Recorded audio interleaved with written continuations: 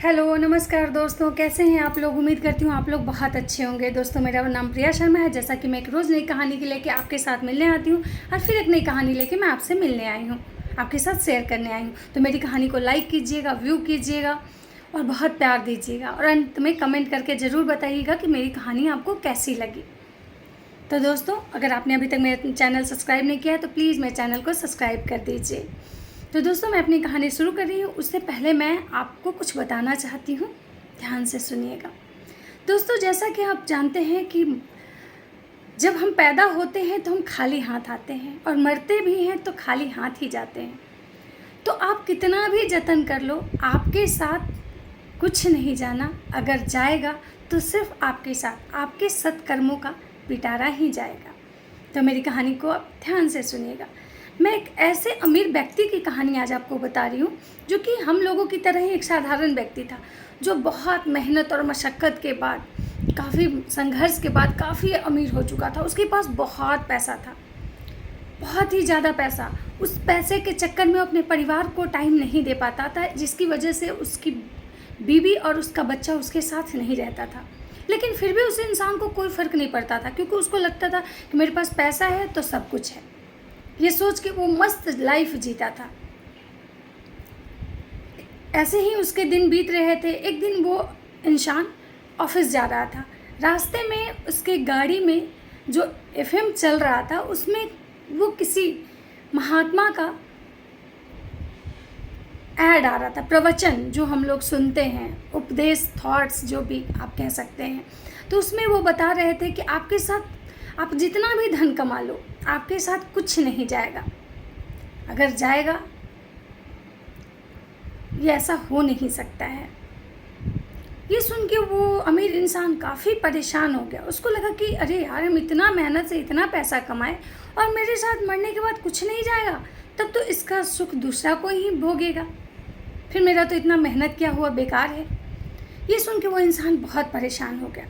परेशान होने के बाद जब वो ऑफिस गया, वो अपने ऑफिस के सारे एम्प्लॉय को बुलाया, एक कॉन्फ्रेंस रूम में सबको मीटिंग के लिए बुलाया और सबके सामने बोला कि सुनो, तुम लोग मुझे आज एक ऐसा उपाय बताओ जिससे कि मैं मरने के बाद अपने सारे धन संपत्ति साथ लेके जाऊं। ऑफिस के एम्प्लॉय सुन के काफ़ी हैरान हो गए। उनको लगा कहीं ये जो ऑनर है पागल तो नहीं हो गया, इसका दिमाग तो नहीं खराब हो गया, ऐसा होना संभव ही नहीं है।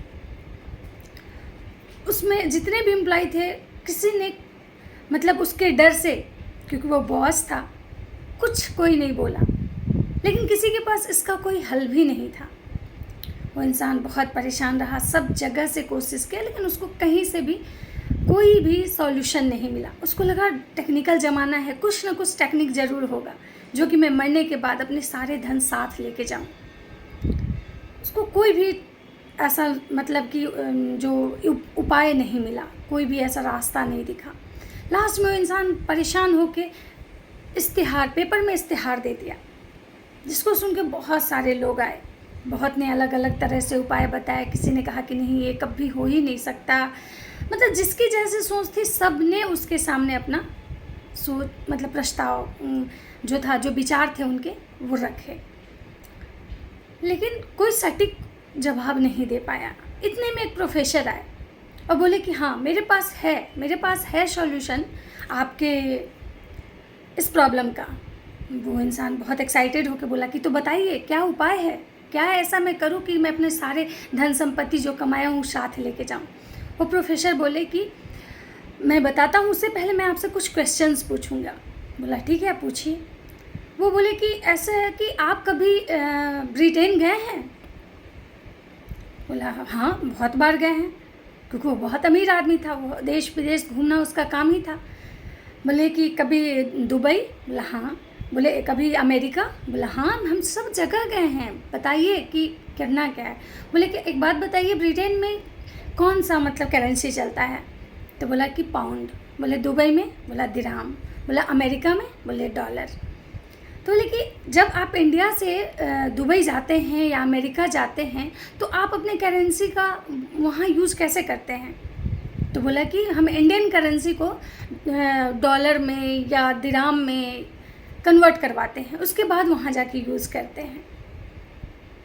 वो प्रोफेसर बोले कि तो ठीक है, आपके इसका जो मतलब उपाय है, जो आपके प्रॉब्लम का सॉल्यूशन है, वो भी यही है कि आपको अगर अपना मतलब कमाया हुआ धन ऊपर ले जाना है तो पहले आपके करेंसी को कन्वर्ट करवाना पड़ेगा।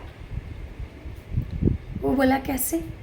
बोले कि आपने जितना भी धन कमाया है, आपको पता है कि आपका ये धन का वैल्यू ऊपर जाने के बाद कुछ नहीं है जब तक कि आप वहाँ के करेंसी में कन्वर्ट नहीं करवाते हैं।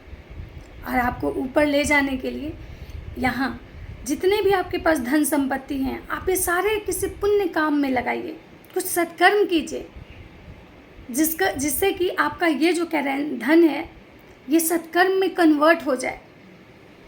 फिर आप चाहेंगे तो आराम से सब ले जा सकते हैं। ये सुन के वो जो अमीर आदमी था